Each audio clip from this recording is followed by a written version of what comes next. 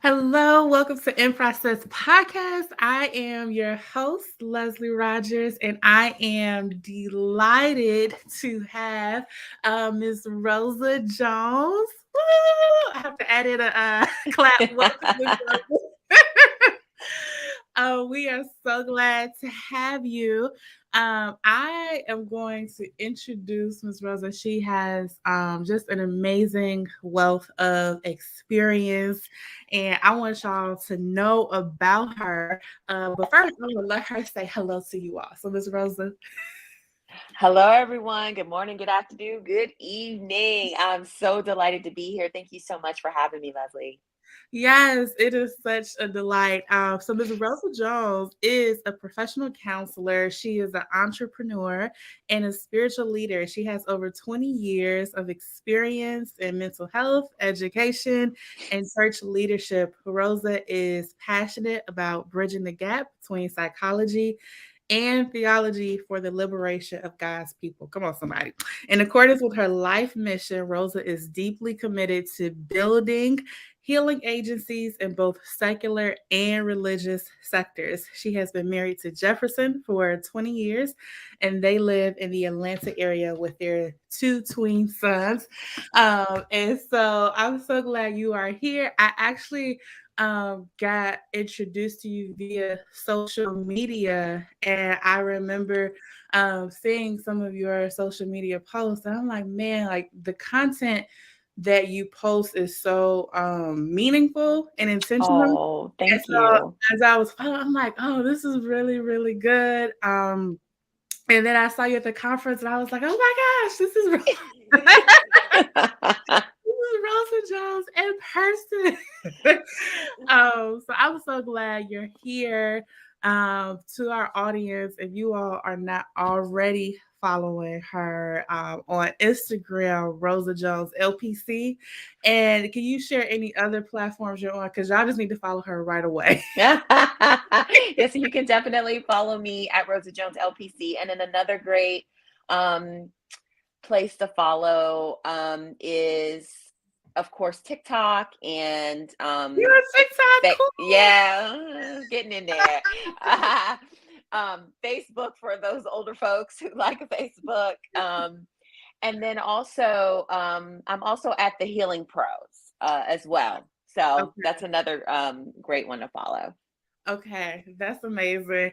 Well, as always, we have this moment, Rosa, where we talk about just what are stories from leaders that can really help those who are leaders from across the world. We have Yes. different generations watching, women and men watching, and something that has really been formative for me in my own journey, leadership journey, has been just hearing stories from leaders.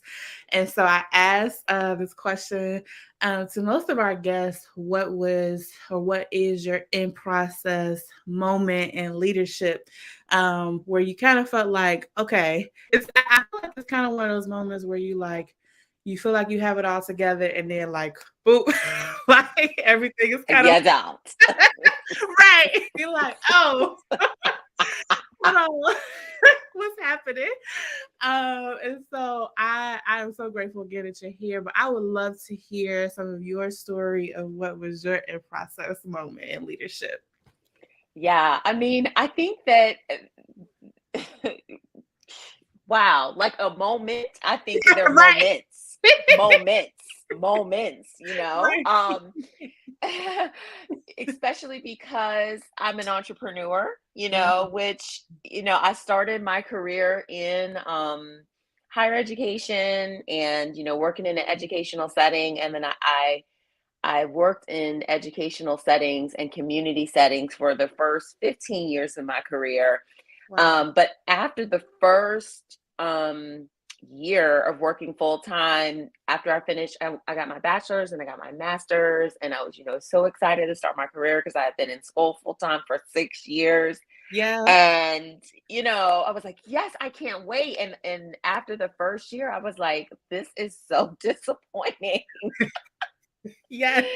Yes. God, there's got to be more to life than this. And I mean, it was definitely a leadership role. My education is in educational leadership and policy studies and counseling. And so yeah, it was very disappointing. I Mm, think it wasn't all that I dreamt that it would be, mm, being a faculty at a university and things of that nature. mm. But for me, it's not just a moment, there's so many moments Yeah. where you Mm. you have these spaces and these times where you're like, yes, I did it. I accomplished that. This is awesome. Yeah. I'm on top of my game. Praise God. Look at what Yeah. God has done. Yeah. But for me, it's like maybe the next day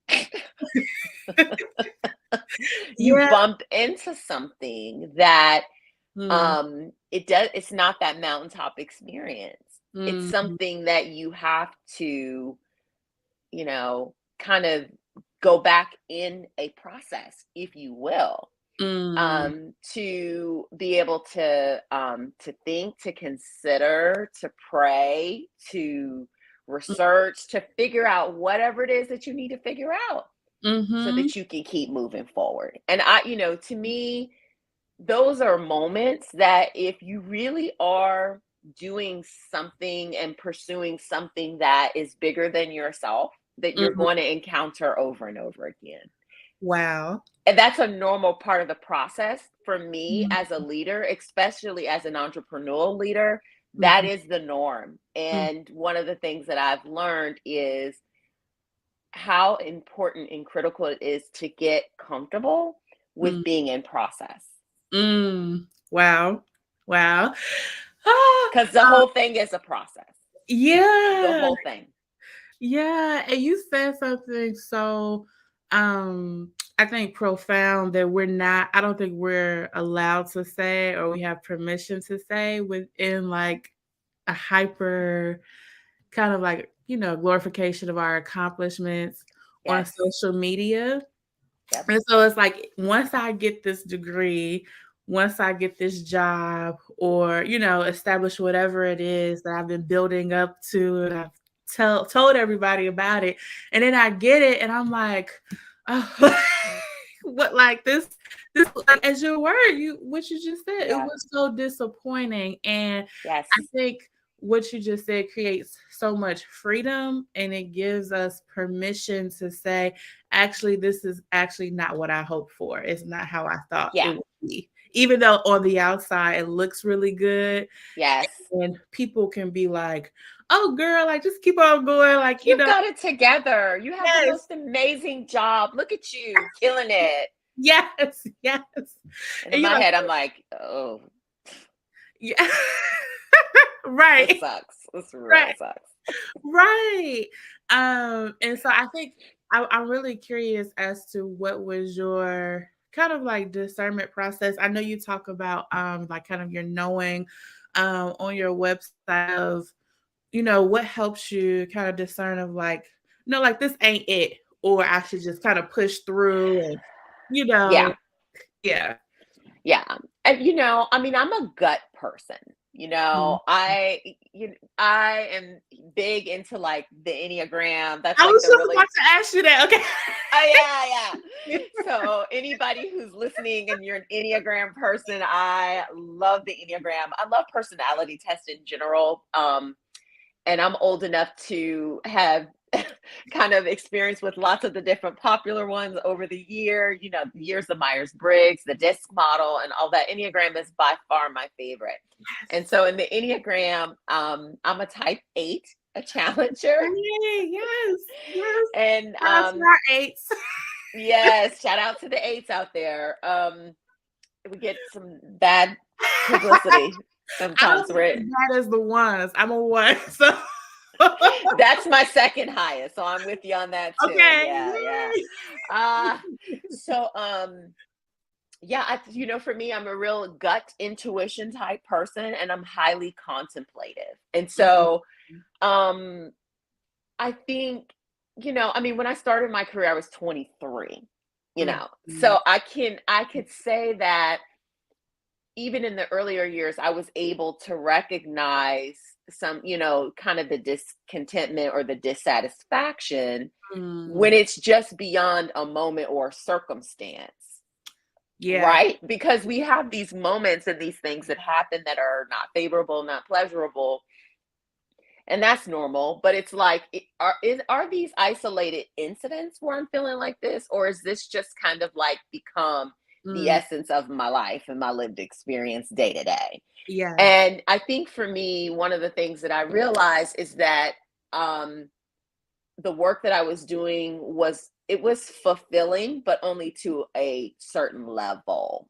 I Mm, found that the things that I wanted to really pour my time and my energy into, that I really valued and I thought were worthwhile, were not things that were valued by, um, my supervisors and the program that I was in. So I just was able to recognize that there was a pretty significant disconnect mm, between who I was and how I was wired, and the work that I really felt like I wanted to do, and mm, the contributions I really wanted to make in the lives of people, and what opportunities were offered to me, and what the priorities were, in the mm, system that I was working in. And so, I think for me, it was just like paying attention to like what made me mm, come alive and what made me feel inspired and what really felt purposeful and meaningful to me. And I found that in order to be highly engaged and connected in those things, I had to invest a whole lot more time out of my 9 to 5 to make that happen. And it mm, just didn't make a lot of sense. mhm, mhm, It really, for me, it did not make a lot of sense. And so, after the first year of working and realizing this is not it, this is not nail on the head. There's got to be more to this. I started a business because, mhm, I had an idea and some things that, that kind of allowed me to kind of open myself up more to kind of my interest and learn about business and grow in that way. yeah, But then I also, um, for me, at the end of the day, I knew that, I needed to be doing clinical work because, mm, my work was kind of like counseling adjacent. A lot of the things that I did was really like helping in those types of ways, but it was like, I really need to do some clinical work. And so, I didn't like go to work and like quit and say, screw y'all, I'm rolling yes, out. I yeah. came up with a plan. I came Mm, up with an exit mhm, strategy. And for me, mhm, one of the it was two parts of the plan. One is I started a small business because I had a lot of aspirations about, business for myself in the long haul. So I was like, this is a good way to earn some money and to grow and to kind of dip my toes into something. And then the other thing that I did is that I utilized my resources. So I worked at a university. I could mm, go to school for free. So I literally, started working on a second master's degree in counseling so wow, that I could, by the time that I finished that, that would be my exit ticket. And that's what I did. wow, wow. Yeah. That's amazing, but I love how you use kind of the resources that God had already placed within, like, your world at that point. Like, a Hmm. lot of times we can hear these stories and we're thinking like, "Oh, you need a specific, network or connection," or, like, you were already working at a school, Yeah.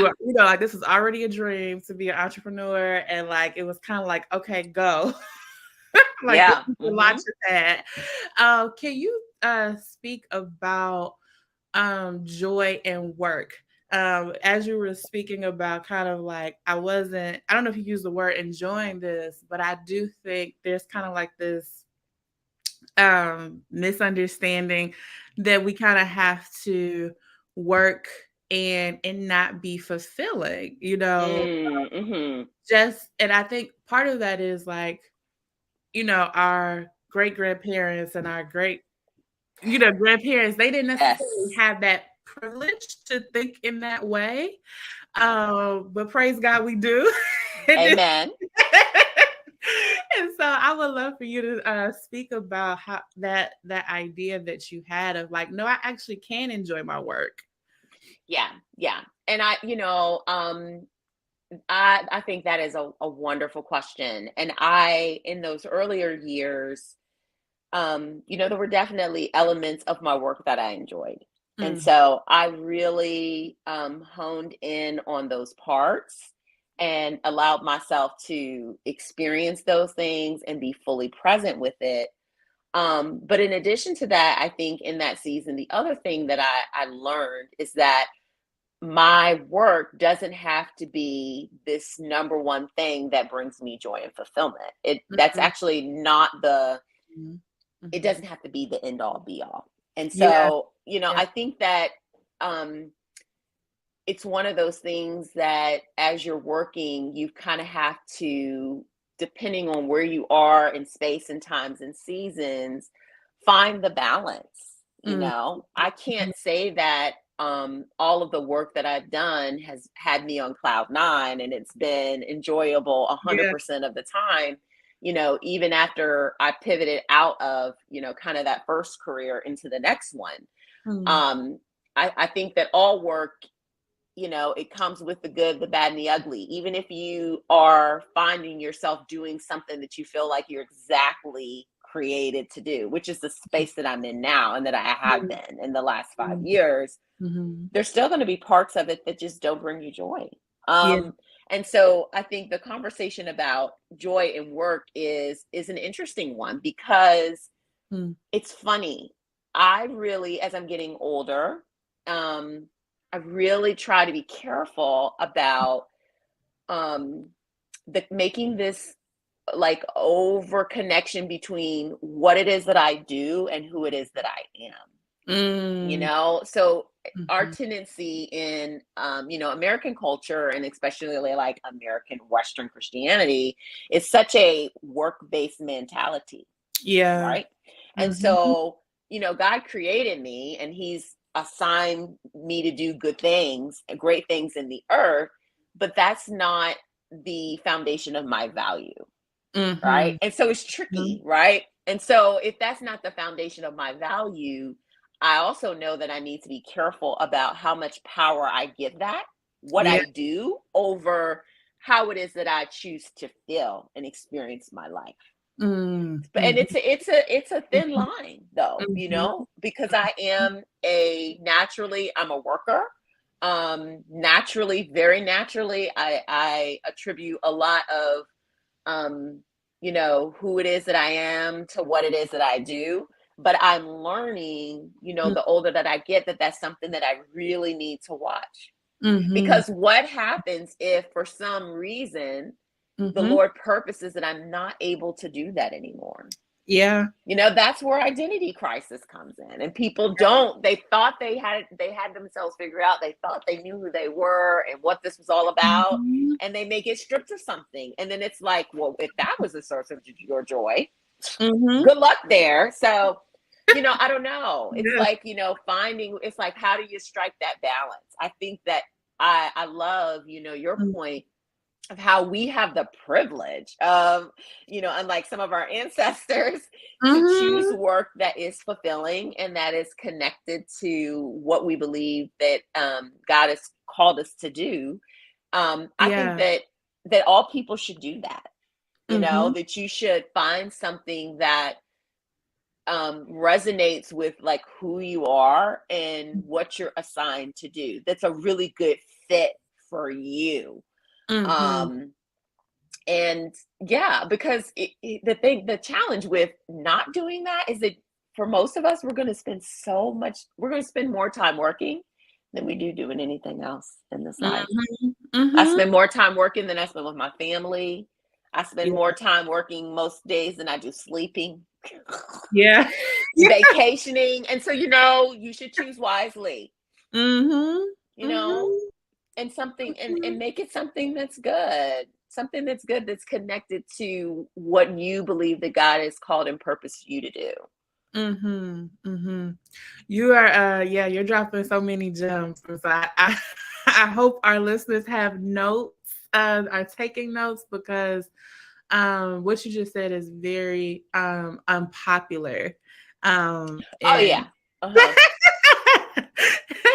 and And even when we think about doing things and just, our identity being, I think theoretically as Christians, we can say, like, yeah, our identity is in Christ alone. But like, Yeah, I don't find that to be true for most Christians, even the strongest of them. Like if you peel the layers back, there's some other things yeah, that are really, really much more prominent than that yeah, for yeah. most of us in the Western world. Yeah. And so I think, yeah, what you're saying is so powerful. And as you were talking, I was thinking like, oh, we didn't even get to this point. And so I'm kind of backtracking throughout your story. How did counseling, even the clinical, come up for you? Like, was this something that was always kind of like in the backstory, even as you pursue educational leadership? How did that come up for you in your journey? Yeah, I think for me it was something very natural and very organic. I Okay. grew up in um a family of four, Okay. children, and I'm second born, and my brother and I, so I have an older brother, and then I have a brother that's right behind me, and then I have a sister. And so my sister's much younger, and so I feel like I kind of grew up in between two boys. Uh-huh. And because of that, you play with your siblings and you play with their friends. So most of my friends were boys, my brother and their friends, and I had my own friends too. But it was just a whole bunch of boys around. And one of the things that happened very naturally growing up is I was the friend who was always the listener. Mm. Okay. Whether it was with my female friends, but especially with guy friends. I was the girl who was always listening to guys. I was the Wow. girl that most boys, they were my age, maybe a year old, maybe a year or two older or younger or something. I was always close with a lot of guys. Yeah. And they always told me deep things, Wow. private things. Okay. And I think that that was really a byproduct of being close with my brothers and with their Mhm. friends. And I was kind of this person who was like the listener. Mm. And it was always that way. And then when I went to college, that continued, Mhm. being the listener, being the person who you would go to if you needed advice. When I remember when I finished high school, I had a couple of different ideas about what I wanted to do with my life. My first inclination is that I should be an attorney, right? Yeah. Because I love public speaking. I was a strong writer and researcher, and you can help people with that, right? Yes. And then the other option, I said, I would love to be a news anchor, right? Like be in television, that Uh-huh. sort of thing, right? And then the backup plan was like, I actually could probably also be a guidance counselor because the ones in my school sucked. And I found all the best opportunities for myself with no assistance. Wow. And, and I said, it would be really cool to help people kind of find their way in life. So I'll keep that in the back of my head. Mhm. And so, I mean, I started school pre law, did an internship in DC after my freshman year. Wow. Wonderful experience, but it was crazy when I got around those people. And most of the people who were in the internship with me, they were much older. They were graduated from college on their way to law school. Uh-huh. So being around my peers and then also the attorneys and public officials that I was around, I recognized that these people were not my people at Ooh. all. And it had to do more with um, kind of their character and Mhm. the way that they kind of talked about things and the way that they did things. Mm. When I looked at them, I did not see myself, not in regards to like being a woman or a person of color at all, but Mhm. just like just Mm. something about their way that just wasn't Mhm. me. And so I went Mhm. back to school and I took a class, an intro class to like counseling and psychology or something. And I had a total God moment during one of these projects. And I knew it was like, this is it. And so I changed my major, you know, continued on, and in college I was really involved, like as a campus leader in a lot of different capacities with like student government, and I was an Mm. RA, and I did all kinds of stuff, and it was a wonderful experience. And so when I was finishing up, I knew I was going to go to graduate school right away. The plan was to go and to get a degree in counseling. And I threw in one application to a higher education and student affairs program because of how much I enjoyed leading in the collegiate environment. So I was like, I'll do this as a backup. Mhm. And I got into the counseling programs that I wanted to attend. There were two of the top ones in the country at the time, full ride, everything. Wow. And I remember praying. I was really growing in my relationship with the Lord at that time. I had signed the contract. Actually, it was for UGA, for my assistantship and all that. And I said, Lord, I had been praying and fasting for a couple of weeks. I said, I haven't heard from you, so I'm going to take this, that this is what you have for me. And if you need or want something else, I just need you to speak up. I'm putting it in the mail tomorrow. Went to sleep. I got awakened by a phone call from a woman who was a professor at Virginia Tech. And she was in the higher education program. And she's like, I just got your application. It was in the wrong department. We had our interviews last weekend, but I'm reading your file and I just think you would be an amazing fit for our program. And I have an assistantship. I'd love for you to come work with me. Will you interview? And I'm like, Wow. no. And so it was literally the hand of God that redirected me. Wow. And that was a hard thing, because I knew that, counseling was a part of my future, and I Yeah. was really ready to take that next step. But God, I'm telling you, He showed me and gave me some really specific instructions, like, this is your next step. It didn't make sense to me. Yeah. I didn't really want to do it, but it did. And that was in those earlier years, one of the major decisions and ways that God taught me how to walk in obedience to Him. It didn't make Mm. any sense to me. So, I mean, I went to the boonies of Virginia instead of coming to the foothills of Atlanta, right? Okay. And started studying in higher ed. Now, I was knocking the program out the park, but to me, it wasn't all that intriguing in regards to studying, because that really wasn't what I wanted to learn. And even Mm. after the first year, I was like, God, can I just transfer? Like, he's like, nope. But a big part of the reason for that, now 20 years out, Mm. He was so intentional to start my foundation with college students and in higher education, because the ministry that my husband and I have, that's the focal point. That's the focal Wow. population that we've been serving all Wow. these years. And it is the a major population and specialty area for my private practice. So Wow. yeah. So it's crazy. So so like I knew, but that path Yeah. for me, it wasn't super Mm. straight. Like I had to Mhm. wait. It was another 5 or 6 years before I was able to even start my career in counseling, because the Lord, He was Mm. directing me in another way. So, and Mm. I ended up with 2 master's degrees, which just seems really stupid, but that's what God had for me.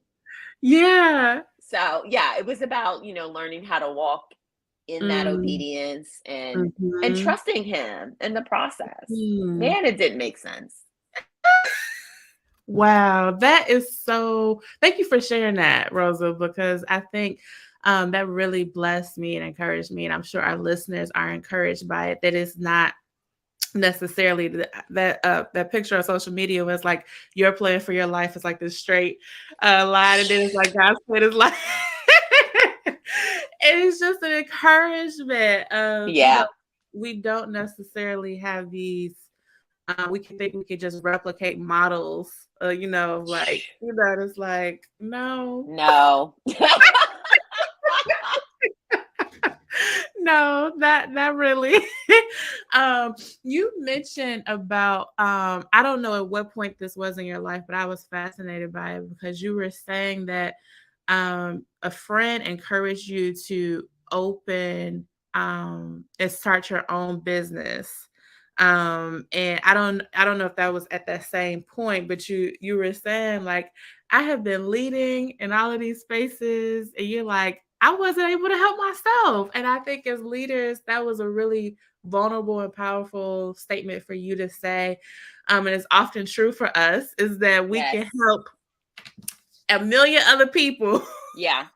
in their lives. And so you clearly you could give better context to that, but I would love for our listeners to hear about that as well. Oh, yes. So this is the thing. So when in the early years, when I went back to school to get my degree in counseling, I knew that I was going to, at some point, start a private practice and have and own a group private practice. So I knew that. But that's not where you start. Okay. When you're a counselor, you can go to school, but after you get your degree, you need to get some experience and you need to get your license. And so that's, owning a private practice is not like some fast track thing. Yeah. So once I finished the degree and then I pivoted into the field of counseling, I was in my late 20s at the time, and I started out in school counseling. And so I became a high school counselor, and I specialized in colleges and universities because that was my background. So I helped kids and their families find their fit into higher education, 2 years and 4-year schools and all that kind of stuff. So I was loving it. It was so much fun. I loved working in K-12 schools more than I ever thought I would. I was kind of like bougie, like, oh God, I don't know about this, all these germs. But I loved it. I loved the energy of the school. It was so much fun. And it was a great fit for us as a family at the time because my husband and I had been married for a while. I got married when I was 23. And we were just starting our family at the time. And so being on a school schedule was also great for like starting a family and stuff. And so it was fun and it was comfortable and I was killing it, really happy with what I was doing. But one of the biggest there were a couple of challenges. One is that it was not clinical work. It was closer to clinical work than working at the university, but it wasn't quite. And then two, oh my gosh, I was so broke. Like they just don't pay anything. And for anybody who works in public education, that, there's such a lid on the earnings because of, there are a million different reasons. We're not going to waste our time getting into that. But it doesn't matter how well you perform or how many lives you change or the impact that you have. It does not equate to dollar bills. Yes. I have a problem with that. And yes. so, because I was working really hard and doing extraordinary things for the schools that I worked in, for the communities. But there were no financial rewards. Wow. None. Mm-hmm. And I had a problem with that because I just felt like there's something about this that is very broken and it's really unfair. And I just had a problem with the idea that I could work this hard and not just work this hard, but do what I do at the level that I do. And there'd be no financial rewards for me. That's problematic. And, there are a lot of us who live in that space, depending on the line of work that you're in.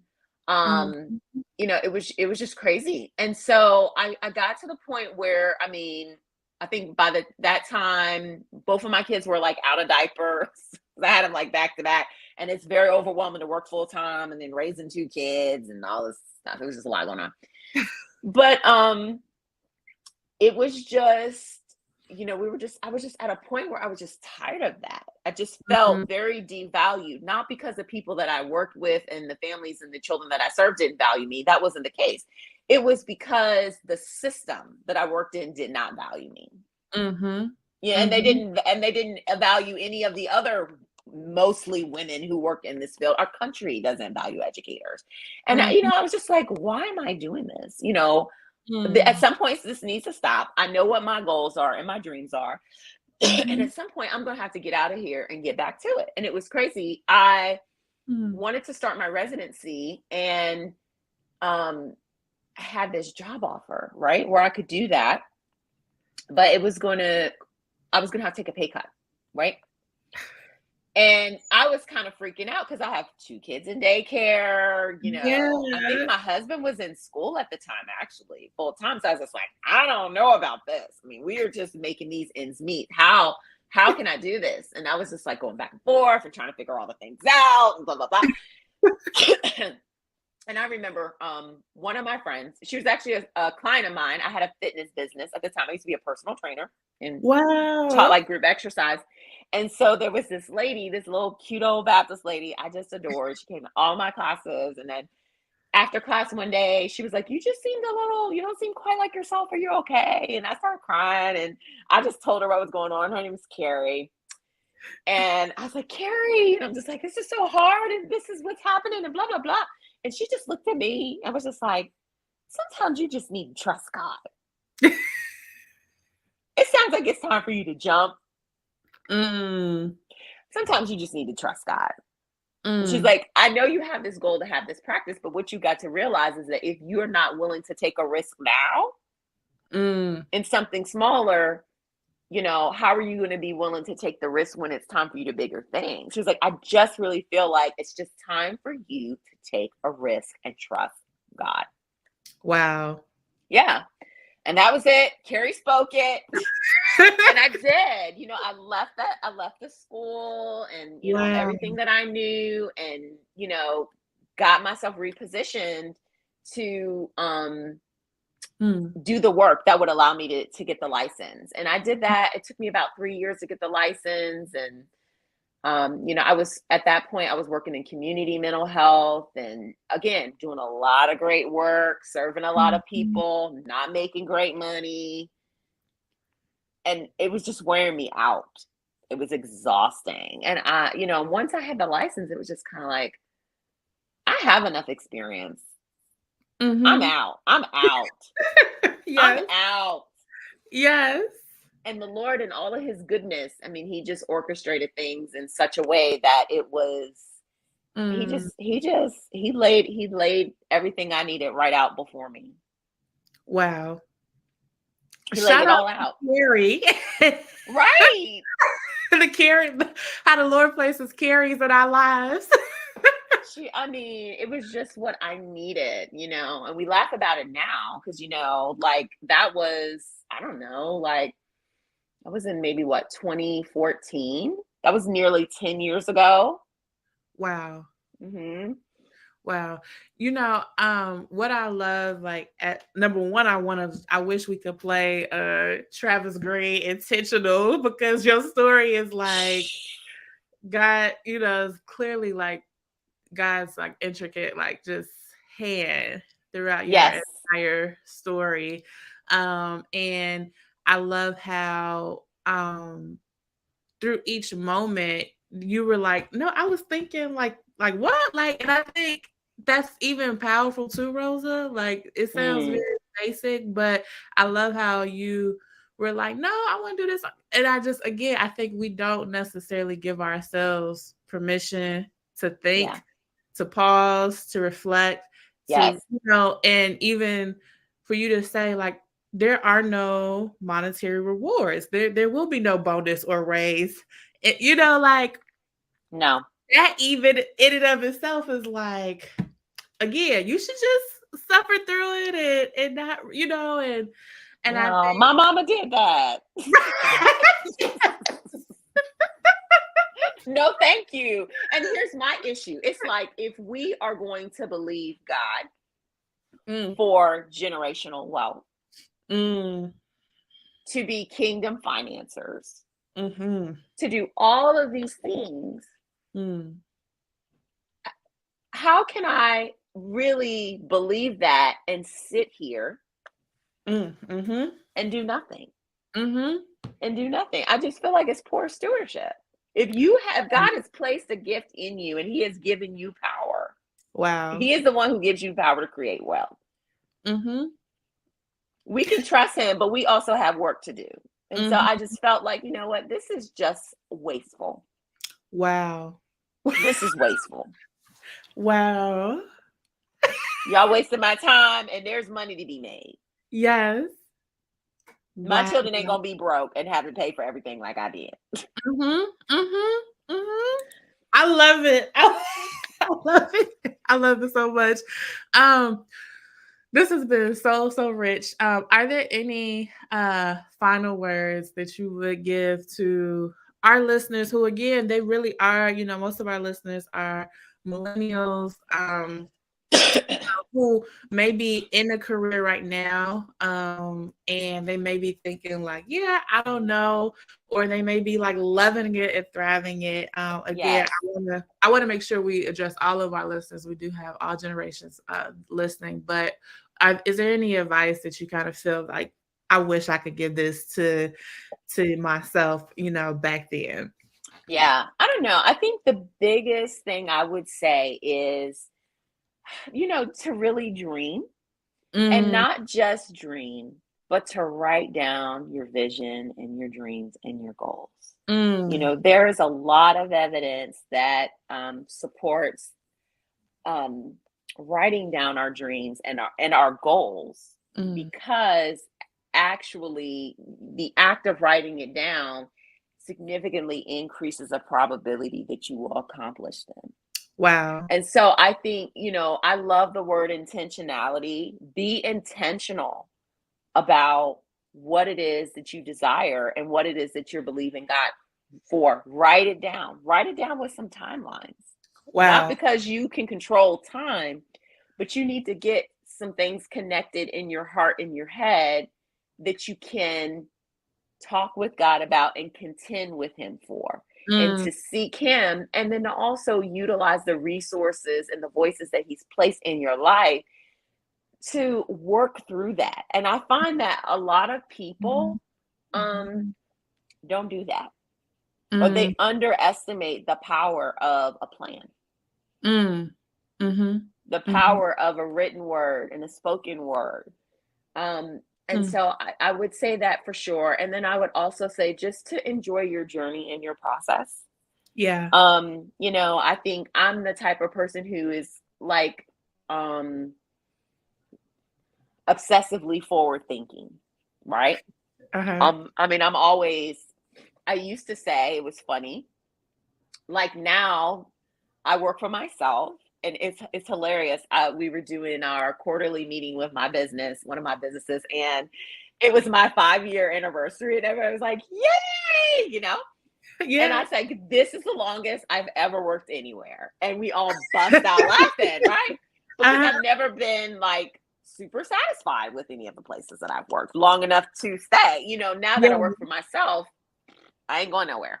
You know, it's the best place to work. I'm the best boss. I love my job.